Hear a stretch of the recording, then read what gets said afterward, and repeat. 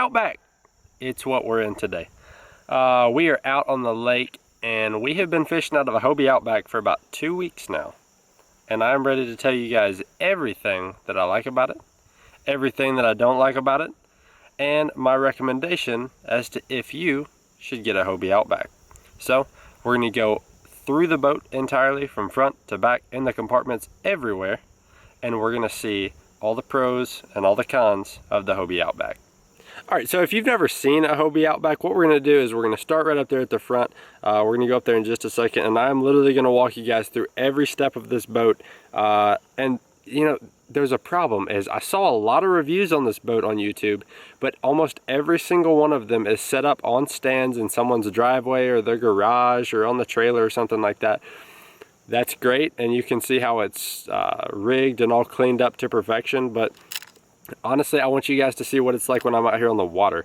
When I'm out here and I've been fishing all day, and I want you guys to see how I actually have it rigged up, not what I'm saying in the video, not anything like that. I really want you guys to see when I take this boat out on the water how I have it rigged for its best performance and what I'm getting the most use out of, what I'm not really using that much. But we're going to start right up at that front hatch and open it up and let you guys take a look. Alright, so coming up here to the front hatch, the closure is like this little elastic band, and it's got this stitched pull cord here. You just lift it over that cleat and it opens up. There's a pretty good bit of room in there. It goes through hole. It's not like it's cut off with a divider or anything like that. Up there I keep extra clothes, hat, sunscreen, snacks, soft plastics, anything like that. That I don't necessarily need to get to very quickly, but it's definitely going to be the biggest storage hatch on this boat.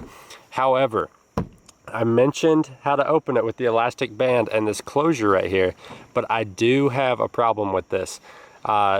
So you can stretch it out there and it kind of presses down on the seal to keep this more watertight, but it is not a very easy closure. So you get it up there and you kind of have to roll your finger almost to get it to stick on that cleat, and even then it's a very tight fit. I just wish they would come up with a better closure option for the front hatch, but it does keep everything in there nice and dry. So we moved back just from that a little bit, and we've got right here our GoPro. So what I did is I just made this out of a piece of PVC, painted it black, put a tripod mount. It serves as a really good angle pointing back at me sitting in the seat, but easy mount for a few bucks. Moving on back from that, we have the jewel of the Hobie. This is the Mirage Drive. This is a Mirage Drive 180. If you don't know how it works, you just stick your feet in the pedals and you go back and forth, and meanwhile under the water, similar to the action of a penguin, you are moving. And this is the Mirage Drive 180, so you do have forward and reverse. I've got them both here in the keeper, but you will notice these are not the stock Hobie pull cords. If you've done your research on Hobie or you know anything about the Mirage Drive or anything like that, you know that where they screw in here is actually plastic threads, and a lot of people rip them out. Well, that's what happened to me last week on my reverse cable. And I just decided to replace them both. All I've done here is I've taken 550 paracord and some shrink tubing, and it's got a lot better strength than a piece of plastic that's threaded on there. So that's what I use as my alternative, and all you do is you take the cord, pull it, we're in reverse, pull the forward, and we're in forwards. Off to the left side here, we've got one of our rod holders with a little cap to keep water out. It slides out of the way just wherever you want to keep it, or you can just put it down the hole. Off to the side, we've got our paddle just in case we need it. I've been running just with the Mirage Drive though, and the paddle's kept on similar to the front system, just an elastic band right there. It holds pretty tight. I mean, I keep it in the back of my truck like that, running 70 down the interstate, so it hadn't been an issue at all. Right behind our rudder control here, and we'll get to that in just a minute, we've got a mesh pocket on the side. You can see right now on just a regular day of fishing, I've got a set of pliers, surgical forceps, a pocket knife. I usually like to keep that one for tools or anything like that. And just above that, we've got our little Hobie cap here, and we can run our wires for a fish finder, LED lights, anything like that that you need to get into the hole. And the beauty of that is you don't have to drill additional holes. Hobie has already provided a good watertight solution for you. So moving on to the other side, you can see we've got another pocket. Same design on the other side. This is a mesh pocket. The newer Outbacks do have more of a rubberized coating, so if you were to put lures in here, they wouldn't really get hung up as much necessarily. But I really don't see why you would put lures in a pocket. I mean, something's bound to happen. So in this one, I've just got a little snack bar there and some soft plastics. Got my boomerang snips, just for good quick access. Off to the side here, just some soft plastics I was using today. And again, another one of the rod holders right there. But now that we've reached back here, we are going to talk about the rudder control. So it's on both sides right here. We've got our up. Right here, we've got our down. And what that does is it enables you to lift your rudder or get it down in the water from right here just in front of you. So our rudder's actually down right now, so I'm going to turn the camera back towards the rudder, right back there, and watch you guys see when I pull it up in the stowed away position, getting super shallow water if I'm putting it on the truck. And then I can take it, do the same thing, and pull the down cord. And that's it. That easy. Now, if the water's rough, sometimes I've had that rudder come up on me. But Hobie's already got you there. You've got a little keeper here. Let me put my snips up here to do it. But you would take your down cord and you would pull it all the way and you would feed it into that keeper, which is going to ensure that it stays in the lowest position that it can when it goes down. Release that for now. Besides that, you've got another one of the through-hole wiring caps right there, and beneath our feet we have our center storage. It's an 8-inch circular storage. Rotate to the left to unlock it. We open it up, and here it's pretty simple. All I do is keep camera gear in here. I've got a dry bag, it's got wallet, keys, the case for the camera you guys are watching on right now. Off to the right in there I've got some GoPro stuff for that GoPro mount up front, and a couple other mounts. Right beneath us we've got this elastic cord here. Okay, what purpose does this serve? So your Mirage Drive, both of the legs are sticking straight down, and when you push them one of the pedals all the way, they actually go up against the hull. So if I'm in really shallow water and I think I'm going to hit, all I would do is I would pull this to the back position, and I would take that elastic cord and I would clip it onto it, and that's going to keep both fins right up against the hull and keep me safe going through without damaging my Mirage Drive. But right in that same spot I do have my net.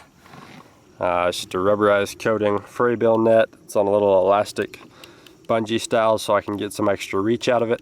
Plenty deep. It has done the job very well. And then we're going to turn around and address the seat. Okay, so from this view right here, we've got both of our cup holders, a smaller cup holder and a larger cup holder. Smaller is great for bottles of water. The larger one, perfect for large bottles of Powerade or Gatorade or an insulated tumbler or anything like that. And you do have handles on both sides, which is nice if you get in some rough water. But let's get to the seat. This is a Hobie Vantage CT seat. It has been actually very comfortable. Definitely the most comfortable kayak seat I've ever sat in. I'm able to fish all day without any back issues, mainly because I think that it's extremely adjustable. So it's not just like any other nice seat, how it folds down, anything like that. But we're actually going to go in and see everything that you can do to this seat. So if you're going down the road, you want to keep your security buckle on. Real simple to take it off. Just snap it like any other buckle. And to take the seat off, all you're going to do is you're going to lift up and rotate it off of the bar. And to put it back on, we just feed it in there. We're going to do it one-handed. Feeds right back on. Take our buckle and snap it back into place.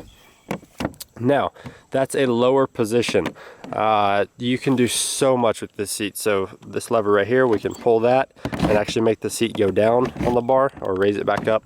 I like it in the highest position possible. Or if we want it even higher, you can lift your seat up like that and actually pull our kickstand cord. So let's see if we can do that one-handed and show you guys how that works. We pull this up, and you'll watch right there. The kickstand comes out, and it sits right on that little lip, and it's going to give you a higher ride. Two other adjustments to it. As far as how far it goes back, that's what we have this little lever for right here. So if it's back and we want it to be closer in, we just raise the lever and move our seat forward, and now that's how far it'll go back. But I do like mine in close to the most reclined position. And then you've got your lumbar support. Lumbar support, you just got this little tension dial. If you want to release it, you just take it and pull up. And we've got virtually no lumbar right there, and we can lock it in, and as we crank it tighter, you can get that lumbar really getting towards your back to give you good support throughout the day. Okay, so behind the seat, I keep it pretty simple. I've got a Yak Gear crate back there loaded up with Plano 3600s. Holds a good bit of tackle back there. I made 2 rod holders that extend out of the Hobie rod holders. Trolling, anything like that, works a little bit better for spinning rods with the slot. But yeah, 2 of those, and then 2 rod holders on the crate for 4 right there. And I've got a 5th one up here. I can fish 5 rods pretty comfortably. And beyond that crate, I've got just a soft-sided cooler bag, drinks, snacks, anything like that that I'll need throughout the day. It's very roomy back there. There actually is another storage hatch back there, but I don't use it. It's just back there. I utilize all that pretty well with the crate and the rod holders and everything like that. So that's it. That is a Hobie Outback. Very simple. I want to show you guys everything that it has to offer. It is well engineered. This boat is ready to be bought, put in the water, and fished that day to its full potential. You really don't have to add anything to it. It's ready to go. With a Mirage Drive and a Hobie kayak, you could put the Mirage Drive in, throw some tackle in one of the compartments, and put your rods in the rod holders that Hobie provides, and you're going to be set. You really don't have to add anything to it. It is a ready to fish machine as soon as you get it. So would I recommend a Hobie Outback? 12 out of 10, I would recommend a Hobie Outback. It offers the best of so many worlds. It's an all-around fishing machine. So whether you're saltwater fishing, whether you're fishing on a lake or a river, anything like that, it's extremely maneuverable.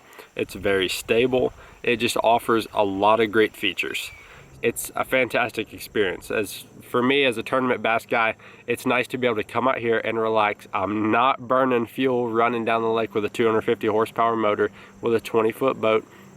It just gives everything a chance to wind down and settle down, and it is a fantastic opportunity to enjoy the outdoors to another extent. So get a kayak. It's awesome. I love it. I really recommend it. If you're looking for a good place to buy a kayak, Outside World Outfitters, Dawsonville, Georgia is who I would recommend. Guys, try out a Hobie. It's awesome. Get it out on the water. Try your buddy's kayak, anything. Kayak fishing is one of those things that has been taking off recently, and there's good reason as to why it's taking off. It is so enjoyable. I've fished, 3 weekends in a row out of this thing, and I don't regret a single one of them.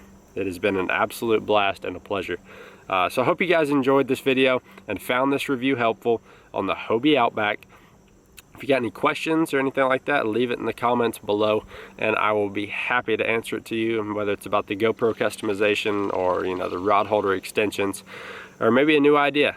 Maybe you like how the pull cords went to paracord, or maybe tell me if you had trouble with the pull cords, because I think that's something that needs to be addressed, but be on the lookout. I mean, they already made some improvements to it, but it's all things that they get customer feedback and they make it better than next year's model, as with any product. So again, I hope you guys enjoy this video. Please like, comment, subscribe, share with your friends. Go kayak fishing. I'm always fishing on a boat. Go kayak fishing. It's a lot of fun. Go out and enjoy it. Not as expensive, not towing a trailer around, not driving a boat. Just enjoy the lake, enjoy fishing, enjoy each other's company, and enjoy the relaxation. Until next time, tight lines, guys.